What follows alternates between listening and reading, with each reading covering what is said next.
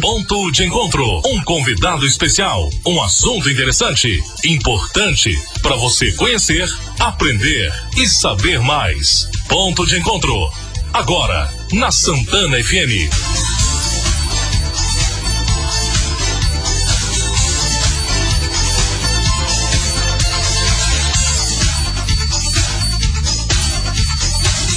Olha, são 16h21. Nós fizemos o chamamento. Hoje o nosso convidado, Adilson Souza, secretário de Educação do governo Neider Moreira, já está conosco aqui no estúdio para a gente bater um papo. Adilson, boa tarde, obrigado por ter aceito aí o nosso convite, ter vindo aí. Boa tarde, estou à disposição para a gente falar um pouco sobre a educação de Itaúna. Professor, né? Professor. Passa para aqueles que não lhe conhecem, que eu vou lhe conhecer de vista também, que tivemos oportunidade de conversar pessoalmente. Passa um pouquinho de você, sua formação, o que lhe qualificou para ser secretário de Educação? Bom, tem toda uma história voltada à prática educativa, tem praticamente 30 anos de sala de aula, de formação básica, graduação em matemática, com licenciatura em matemática, física e desenho. Depois fui fazendo algumas especializações na área de qualidade, na área de meio ambiente, na área de gestão. Recentemente, uma pós-graduação em gerência de cidades e administração pública, um mestrado em engenharia, gestão na Fundação Dom Cabral. Então, nos últimos 30 anos, além da sala de aula, eu trabalhei também em outras áreas, dirigindo instituições, dirigindo escolas em Belo Horizonte, escola do Senai, escola do SESI, escola de educação básica em Recife, em Caratinga.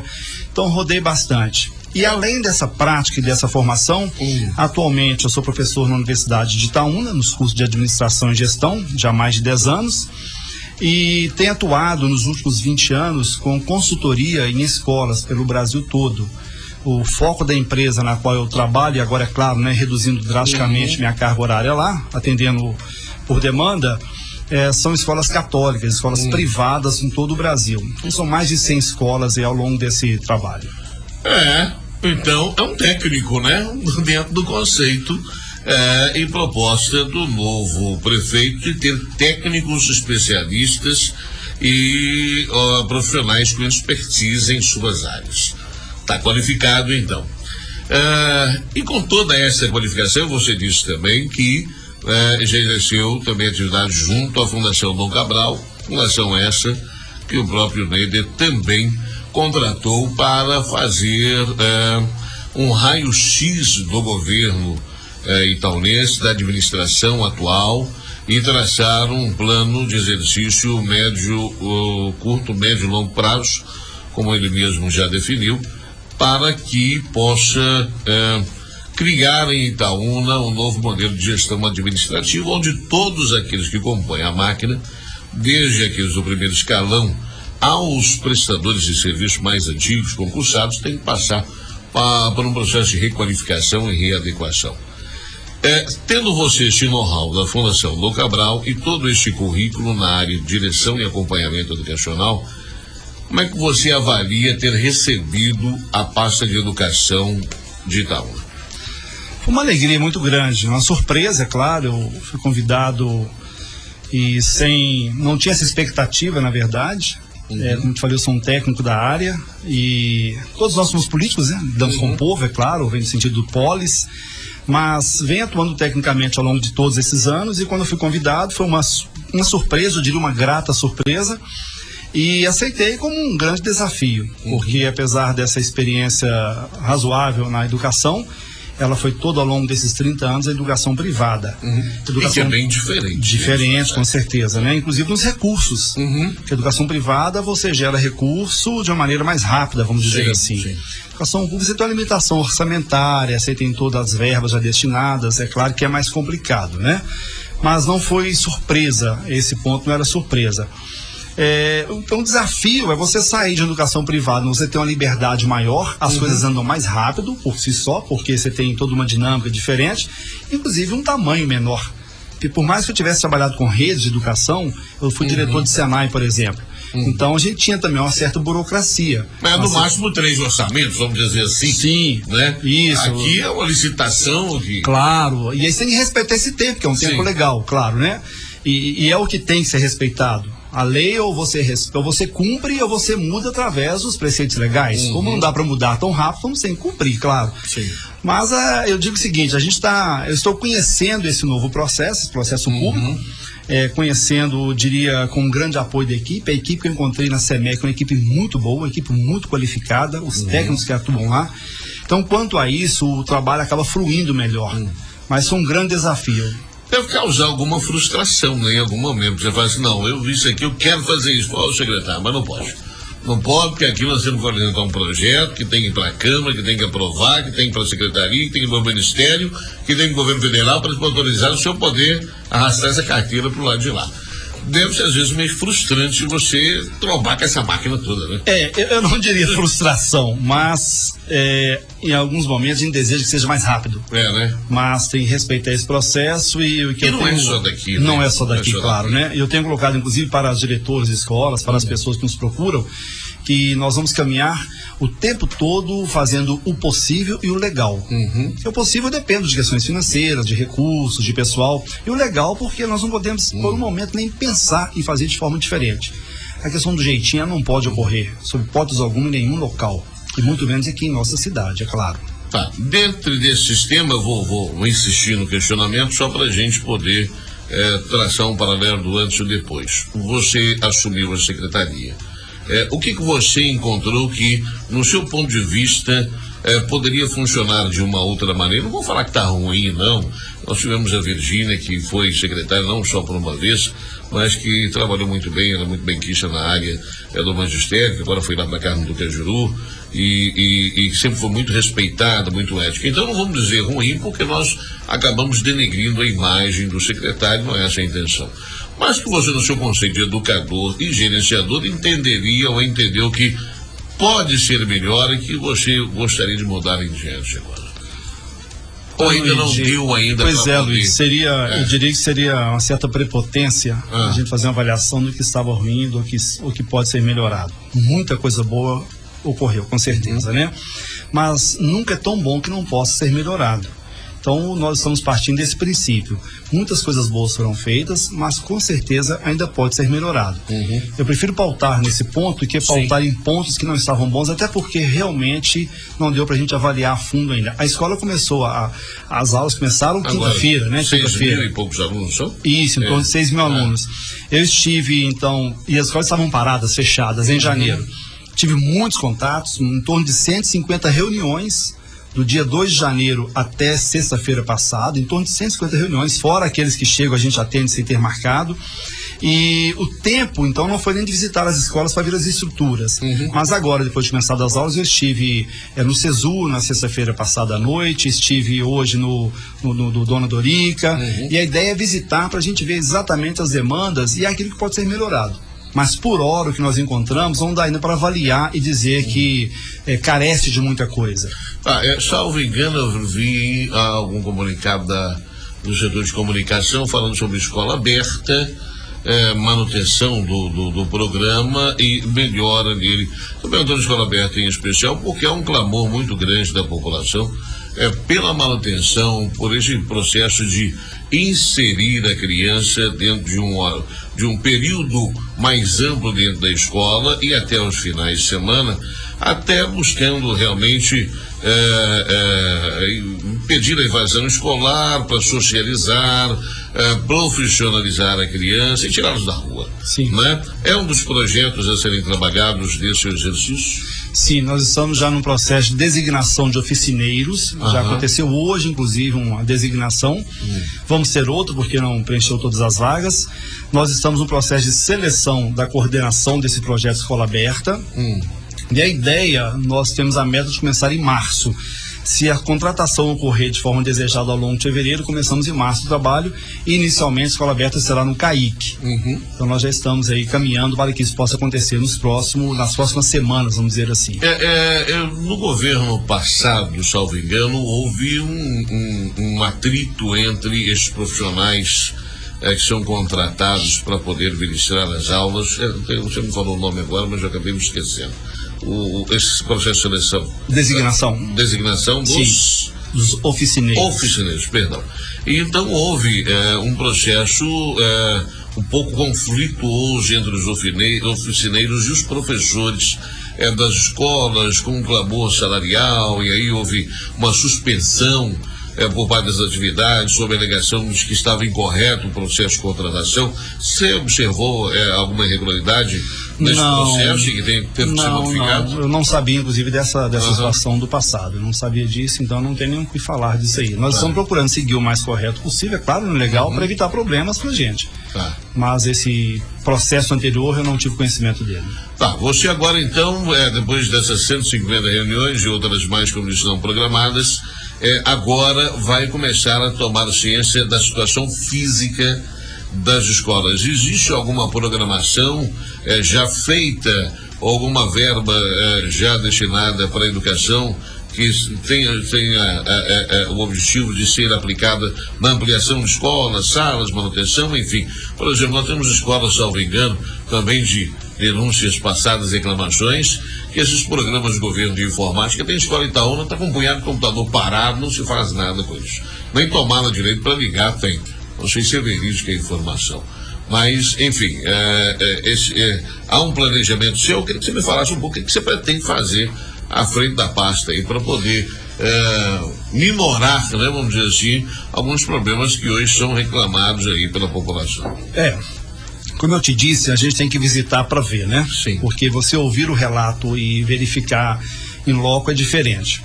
Não desacreditando as informações, é claro, mas é importante a gente faça a visita. Nós tivemos uma reunião com as diretoras todas no final de dezembro, e com conhecimento da gestão anterior, teria essa reunião, eu, o Fernando Franco, o Eli estava na equipe de transição e o prefeito Neider.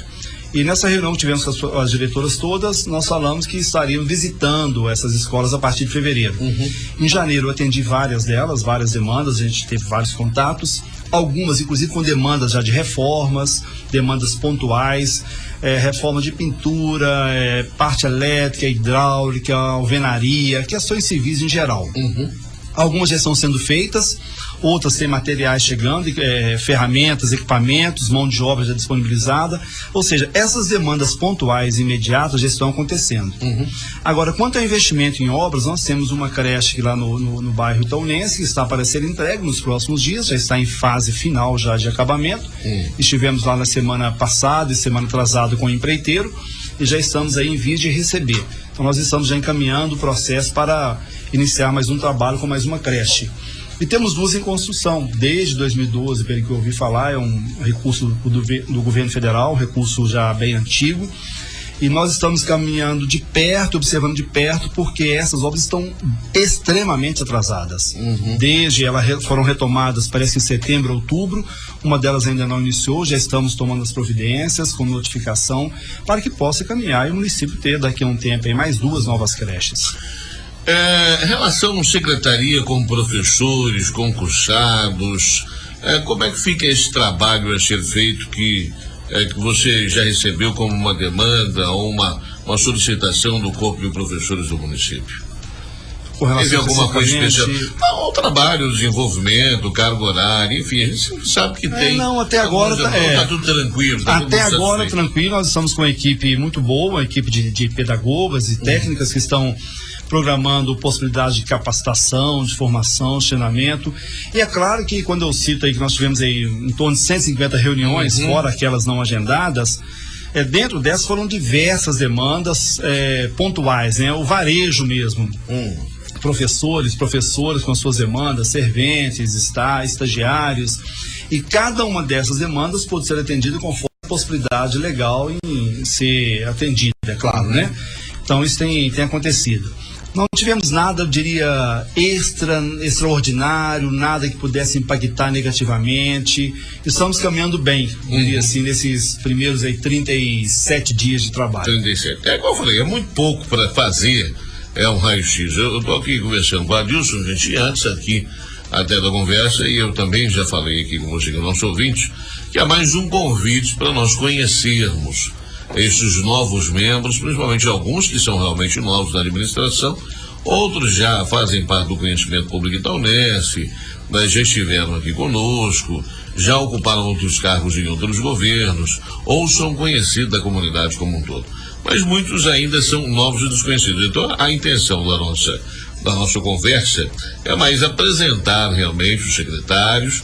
Obviamente a gente explora um pouquinho, porque já tomou ciência de algumas coisas, mas é pra gente só dar uma clareada. Depois, quando der um ano, uma vez, a gente vem aqui, espreme aqui no paredes. Pô, secretário, tá faltando carteira, aquela coisa toda aqui. Uma curiosidade, Adilson.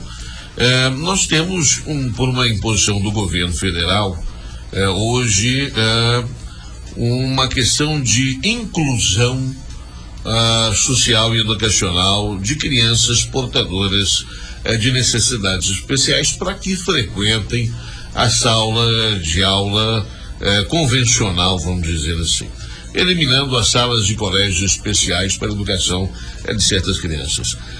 Qual a sua experiência entre o particular e o público? Como é que você vê essa situação? Ela é conflituosa? É difícil de colocar em prática, dada essas burocracias e falta de recursos da escola pública? É uma utopia do governo federal que cria isso para poder fazer bonito? Não, Luiz, a questão é na cabeça de algumas pessoas, esse conflito. Eu acompanhei muito de perto a questão da lei, esqueci o número dela agora, a gente chamava Lei da Inclusão. Sim.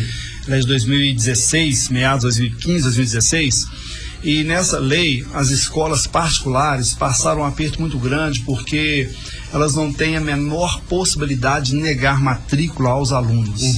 Nós tivemos, inclusive, em Belo Horizonte, há 2 anos atrás, a prisão de um diretor de uma escola particular ali na região da Savassi, perto da Praça Liberdade, que negou a matrícula e o pai era promotor do voto de prisão naquele momento. Uma situação séria. E de lá para cá, inclusive com esse fato, as diretoras e diretores no Brasil todo, a gente acompanha isso muito de perto, ficaram muito apertados quanto a isso. O que a gente tem dito é o seguinte: a lei é para ser cumprida, pronto, então legalmente tem uma lei, mas é questão também da cidadania. Então a questão da inclusão, o problema que elas acreditam que existe, quando a criança, o jovem, o adolescente chega na escola, na verdade o acolhimento é enorme, inclusive por parte daqueles que estão já ali estudando. E é claro, aí tem algumas exigências para as escolas. No caso das particulares, você tem que ter profissional de apoio escolar para acompanhar aquela criança quando demanda esse tempo, tudo isso. No caso da escola pública, nós temos, eu estava inclusive ontem com o vereador Gleici, ele esteve visitando a secretaria, conversando sobre isso inclusive. Nós temos o AEE, Atendimento Educacional Especializado, no município. É um programa que existe também aos locais, e ele está com uma equipe de profissionais que acompanha esses alunos, inclusive. Então, dentro das necessidades que surgem nas escolas, a gente vê a possibilidade de atendimento especializado, além também, quando necessário, um estagiário para acompanhar esse aluno durante todo o tempo nas escolas. É um desafio? Claro que é um desafio, porque é algo diferente para os educadores, mas é algo que não dá mais para a gente ficar lamentando, chorando. Não existe isso mais. De atender, não existe. São 43 milhões de deficientes no Brasil. A preocupação é que hoje os professores, eu falo aqui, eu sou um grande defensor. Eu acho que todo governante ele deve ter esquecido que ele passou por uma sala de aula para beabá, porque ganha mal o professor no Brasil, né? O professor da escola pública, infelizmente, ele é mal remunerado, como é a polícia militar. Algumas instituições, alguns profissionais deviam ser muito bem remunerados, até para ele poder ter condição psicológica e emocional de dar uma boa aula. Mas não, tem professor que tem que se matar com 2, 3 escolas e ainda tarefa no final de semana, enfim. E muitos deles até têm vontade de se preparar e qualificar tecnicamente, mas não têm condição, até para poder atender essas exigências. Então a grande preocupação de muitas pessoas nem é a questão do preconceito, é a questão da qualificação mesmo e a condição do profissional atender esta criança que tem sim uma necessidade especial e precisa ser inserida dentro de um projeto de globalização de educação, de convivência social. A preocupação é essa. Aí a gente pensa, a capital pode até ter, mas no interior tem, aí estamos dizendo, tem o AEE. Então Itaúna tem esses profissionais. Tem uma equipe de apoio, além dessa equipe de apoio a gente tem por exemplo, nós temos o PIC, Programa de Intervenção Pedagógica, são profissionais também que apoiam quando necessário. Então, dentro do possível, as pessoas têm sido atendidas. Eu diria que, se a gente analisar os últimos anos, a relação tem melhorado consideravelmente, não só em Itaúna, como no Brasil. E, como eu disse agora há pouco, não tem como voltar atrás, não existe retrocesso, é uma caminhada para frente. Então, a inclusão, ela se faz necessária, questão de direito, questão legal, questão de cidadania, questão cristã, não tem como sair disso. E, na verdade, nós crescemos com isso. As pessoas que trabalham nessa área, elas crescem muito mais, inclusive por dentro. Crescem interiormente. Interiormente. Espiritualmente. Isso, não tenho dúvida. E outra coisa, né? Muitas vezes, e é um emprego, é um trabalho da pessoa.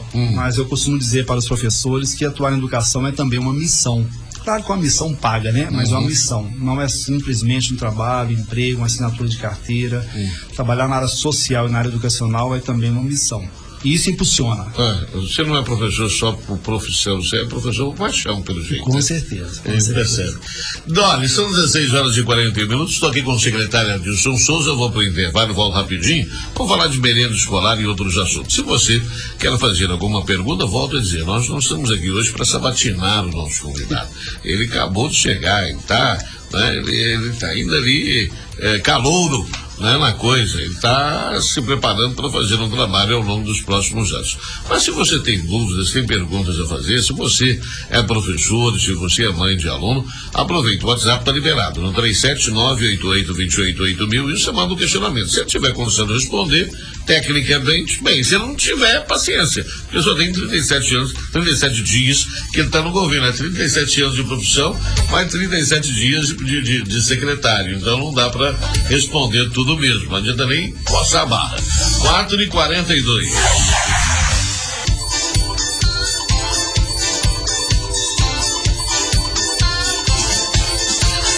Hora 16h49, continuamos aqui com o secretário de Educação, Adilson Souza, falando, conhecendo, né, na verdade, um pouco mais sobre esse profissional da área de educação e que agora está à frente da pasta em Itaúna e que está conhecendo todo o sistema, conhecendo a estrutura e que, obviamente, tem planos que serão apresentados e que no futuro nós o convidaremos também para voltar aqui para poder dissertar sobre os mesmos. Adilson, tem uma mãe que fez um comentário aqui, eu desconheço realmente a situação, até falei com ela que eu achava muito pouco provável você também saber, mas ela disse que há uma situação de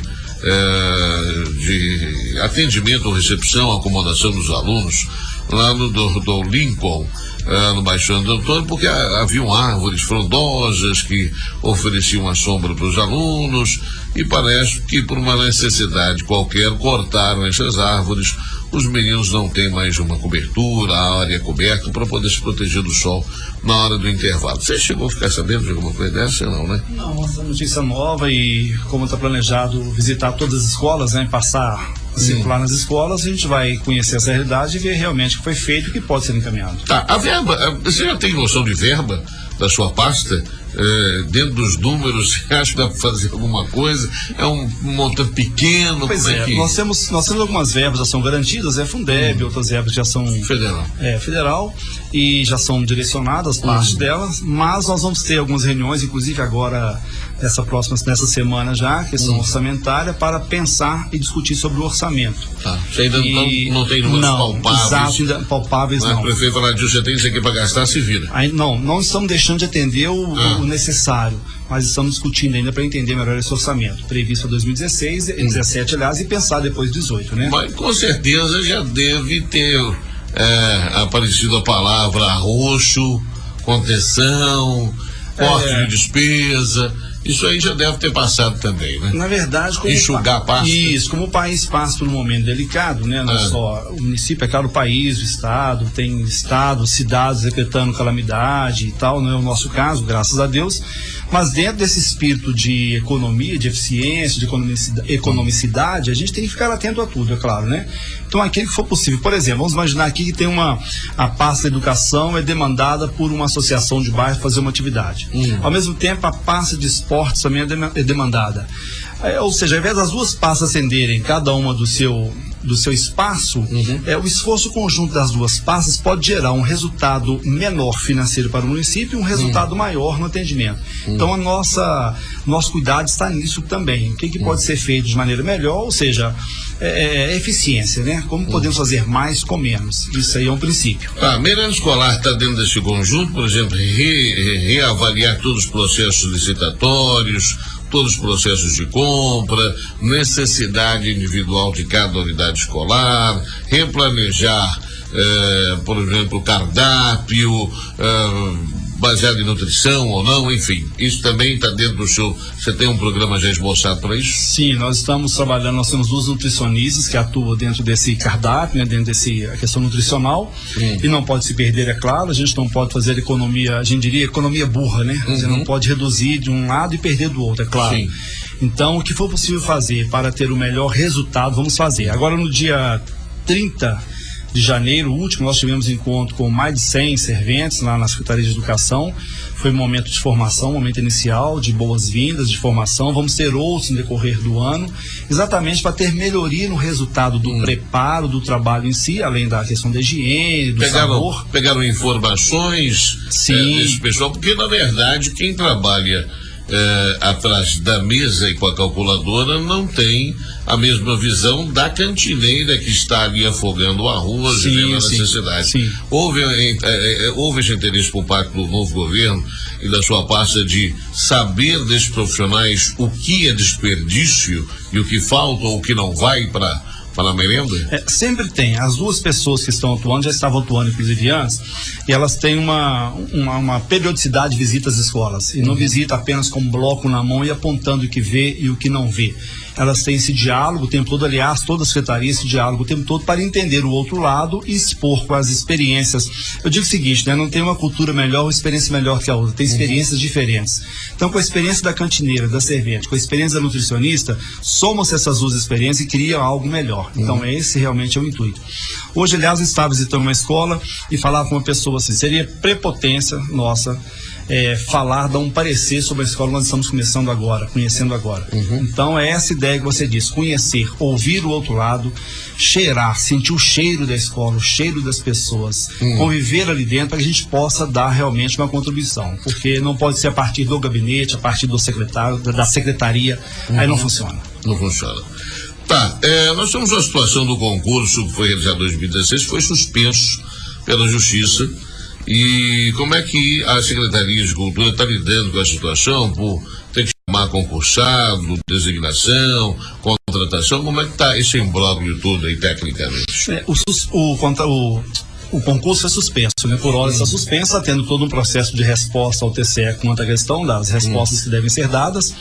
E que diga de passagem, deverão ser dadas pelo governo anterior, né? Eu acredito que sim, porque aconteceu no período deles, né? Sim. Mas o que tem acontecido é porque nós temos que chamar as pessoas, porque a sala de aula não pode ficar sem um professor, por exemplo, sem a servente atendendo as crianças, ou o apoio em geral. E aí nós temos que ter um critério. O critério utilizado para chamar as pessoas nas designações foi o critério da classificação do concurso. Porque você tem pelo menos o critério da meritocracia. Então os melhores colocados no concurso, na ordem correta, estão sendo chamados. Então estamos seguindo em todas as designações, exatamente chamando o primeiro, o segundo, o terceiro, para evitar outros problemas. Tá. Bom, são 4h56, para a gente até já começar a encerrar nosso encontro. Eu queria que você me falasse um pouco sobre a sua opinião como professor de uma questão social hoje vivida com muita preocupação nas salas de aulas, pelos professores, pelos mestres, pelos educadores, que é esta relação professor-aluno, que hoje, infelizmente, tem que dizer, a gente vai passando ano, a gente descobre que está ficando velho, né? Que a gente fala que alunos da nossa época não faziam, não se portavam. O professor, o mestre, ele tinha uma posição de respeito e de poder dentro da sala de aula que hoje nós estamos vendo escoar ralo afora, sumir como pó de giz, né? Em razão desta indisciplina, essa falta de respeito, uma violência realmente que hoje se encontra nas salas de aula. Como é que você vê isso tudo, até explorando esse vasto currículo que você tem, em cenários diferentes de educação, mas também com essa larga experiência como mestre, como professora em sala de aula? Você vê essa situação que seus colegas hoje, né, enfrentam dentro das salas de aula, principalmente nas escolas públicas? Luiz, a situação não é fácil.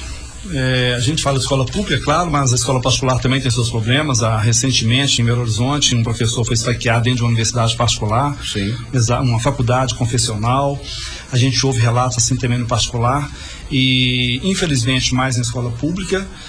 Eu diria o seguinte: se não houver uma interação muito forte da família com a escola, as coisas realmente tendem a piorar. Porque, como você disse, no passado, o professor chegava em sala de aula, a gente levantava. Exato. A gente se levantava e só sentava quando ele falava, podem sentar. Tinha uma admiração, tinha um respeito, tinha uma idolatria pelo professor. Tanto que muitas crianças, e eu fui um deles, por exemplo, na época, você vai ser o que quando crescer? Eu quero ser professor, quero ser bombeiro, mas o professor estava sempre no hall de profissões desejadas, né? Não que hoje não esteja na mente de alguns, mas eu acho fundamental a presença da família nas escolas. Claro que os tempos mudaram, a revolução social, a revolução mudou muito isso, e quando as mulheres passam a entrar no mercado de trabalho, o que é legítimo, o que é ótimo, aí tende também a criança a ter esse distanciamento maior, ou se o pai também não está, ou seja, a ausência da família próxima, ela acaba deixando para a escola muita coisa. E isso não é fácil. É porque os pais, o professor, ele não dá educação. Ele forma educacionalmente o seu filho. Ele forma educacionalmente. A educação quem dá é pai e mãe. Sim, sim. E a vida moderna e pós-moderna, como você mesmo colocou, com esse distanciamento do elo familiar, até por uma questão social. Sim, necessária, claro. Está enfraquecendo, né? Está enfraquecendo. E outros problemas sociais também, eu acredito que hoje, que vem desagregando muitas famílias, né? As condições socioeconômicas também não estão preparando esses meninos, né? Sim, aí você tem atrelada a questão da dificuldade da presença dos pais, o que se torna legítimo em função da necessidade de manutenção da família, inclusive, é claro, né? Você tem a questão da desestruturação familiar. Famílias diferentes no tempo passado, não melhores ou piores, mas diferentes, formatos diferentes. Isso também gera crianças diferentes. Você tem todo um apelo da sociedade, um apelo do consumo. Você tem um apelo da droga, da violência. Você tem um afastamento da igreja. Ou seja, você tem todo um processo externo às famílias, às escolas, que muitas vezes não concorrem para que aquilo funcione de maneira adequada. Antigamente o professor chamava o pai para a escola, ele ia na escola, né? Ele ia na escola. Hoje o professor chama o professor, o pai na escola, ele manda um bilhete, né? Acontece muitas vezes. E eu diria que os mais novos, né, os pais de criança de educação infantil, de creche de educação infantil, são mais presentes ainda, sim, né?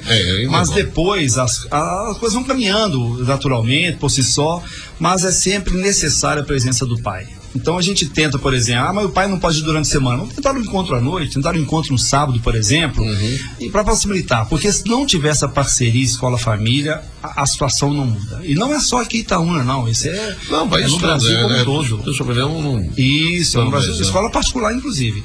Quando a gente percebe o pai mais presente, o resultado é um. Quando o pai está mais ausente, o resultado, invariavelmente, é diferente. E normalmente para pior. O pessoal fala que na particular é filho mimado, na escola pública é filho disciplinado, né? Porque eu vejo um mimado, o filho do rico, é cheio de vontade, e ele é criado pela babá, pela não sei o quê, e chega na escola, acho que o professor tem a obrigação de fazer o que ele quer.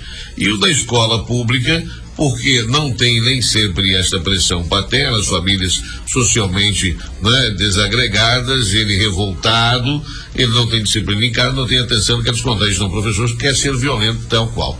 Nós tivemos um ponto aqui em Itaúna, gestão Eugênio Pinto, salvo engano, aqui na escola estadual, nós tivemos a ponto de o promotor enviar carta para a diretora, né, da carta dos pais intimando, como parecendo um promotor, tamanho grau de violência que estava aqui na escola estadual central. Aluno quebrando carteira, jogando carteira da janela, agredindo o professor, uma loucura. Eu acho que a vida do professor hoje é muito sofrível.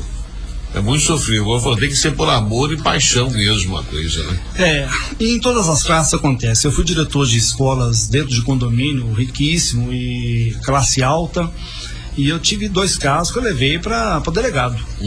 Escola particular com pessoas assim que não faltava nada materialmente, mas teve problemas. Também na pública vai ter alguns problemas. Mas nos 2 casos, se a família estiver presente, alivia, ameniza a situação. O que a gente vai tentar também é isso, essa aproximação cada vez maior com a família, para que possa caminhar de maneira mais tranquila, mais fluida, inclusive com ganhos, né? Para a criança, adolescente e até a permanência na escola. Um dos pontos que vai favorecer isso aí é a questão da escola integral, horário integral. Nós vamos retornar com o horário integral também, continuar, aliás, a partir agora de março, são 12 escolas nesse horário integral, o que possibilita... 7 da manhã às 5 da tarde? Isso, possibilita o aluno ficar mais tempo na escola, com esse tempo na escola ele também tem mais atividades. Vão ter oficinas? Oficina, é o contraturno com atividades planejadas para que ele possa funcionar e ter atividades no momento que ele não está na escola regular, na sala de aula regular. Sim. E para isso a gente vai ter os recursos próprios da prefeitura e tentar parcerias também. Uma das possibilidades que a gente vê no futuro é a questão de parcerias. Claro que hoje está mais difícil porque as empresas também são uma situação delicada no país. Sim. Então tem o otimismo vem, aumentou 1%, 0,1%. É lógico que um país melhor possibilita coisas melhores e maiores, mas nesse momento exige da gente criatividade. E parcerias, a empresa leva equipamento de marcenaria, de padaria, de alguma coisa, tem a grande escola, por exemplo, né? Tem padaria, tem garçom, não é? Um negócio assim. Os meninos têm só elogios, uma turma que sai lá e que tem essa preparação. Quem dera pudesse ser espalhado para todas as escolas públicas, nós teríamos menos criança na rua, menos tráfico, menos droga, né? Menos olheiro, menos fogueteiro, né? Menos mãe chorando, né? E filhos servindo. Mais cidadãos completos. Mais cidadãos, né? Mais pessoas podendo amanhã prestar um trabalho numa dessas empresas da cidade, do estado. Ou seja, quanto melhor o aluno, melhor vai ser a sociedade. Você tem cidadãos mais inteiros, mais completos, seus direitos e deveres sendo cumpridos e com possibilidade de mão de obra para as nossas empresas, porque no momento que eu tenho também alunos, jovens se perdendo nessa cidade, no estado, no país, eu tenho também a carência de mão de obra para as empresas amanhã. Então a parceria com o empresário é importante também, porque ele está visando, além da questão da cidadania, é o próprio negócio dele. Como que no futuro eu terei mão de obra qualificada se a escola hoje não é qualificada, se a escola hoje falta o recurso e eu, às vezes... Poderia ter ajudado. Eu fui diretor do Senai durante um tempo e o Senai, além dos recursos que tem, são muitas parcerias. As empresas têm parceria constante com o Senai, senão não funcionaria. É hora do Estado buscar parcerias com a iniciativa privada, né? O Estado por si só não consegue manter. Sim, sempre foi. Isso é imprescindível. Parceria é imprescindível. Sozinho a gente não consegue. Não tem jeito. Tá bom. Quero agradecer ao José Adilson a presença. Eu sei que você está com a agenda também super corrida, mas é sempre bom vir aqui para as pessoas saberem um pouco, conhecerem um pouco mais de você. E fica aí o convite para os próximos meses, quem sabe daqui uns 6 meses, alguma coisa, a gente já poder trazer um paralelo maior do que encontrou e o que se modificou nesse período. Quero desejar sucesso e dizer que nós estamos aqui à disposição. Eu agradeço a possibilidade de falar um pouco da educação, espero que realmente daqui a 6 meses possamos falar mais. Agradeço também a confiança do prefeito, do vice-prefeito e de toda a equipe que nós temos a SEMEC atuando, dos colegas secretários, porque a SEMEC não caminha sozinha. A SEMEC depende da saúde social, do esporte, do governo, da Secretaria de Governo, da administração, depende da cultura, da comunicação, ou seja, somos na verdade uma equipe que tem que caminhar unida, porque senão as coisas não vão funcionar. Tá certo. Obrigado, boa sorte. Recebemos Adilson Souza, secretário de Educação em Itaúna. Daqui a pouquinho temos o nosso Tribuna Livre para você falar, criticar, reclamar, denunciar, enfim, fazer aquilo que você está acostumado aqui.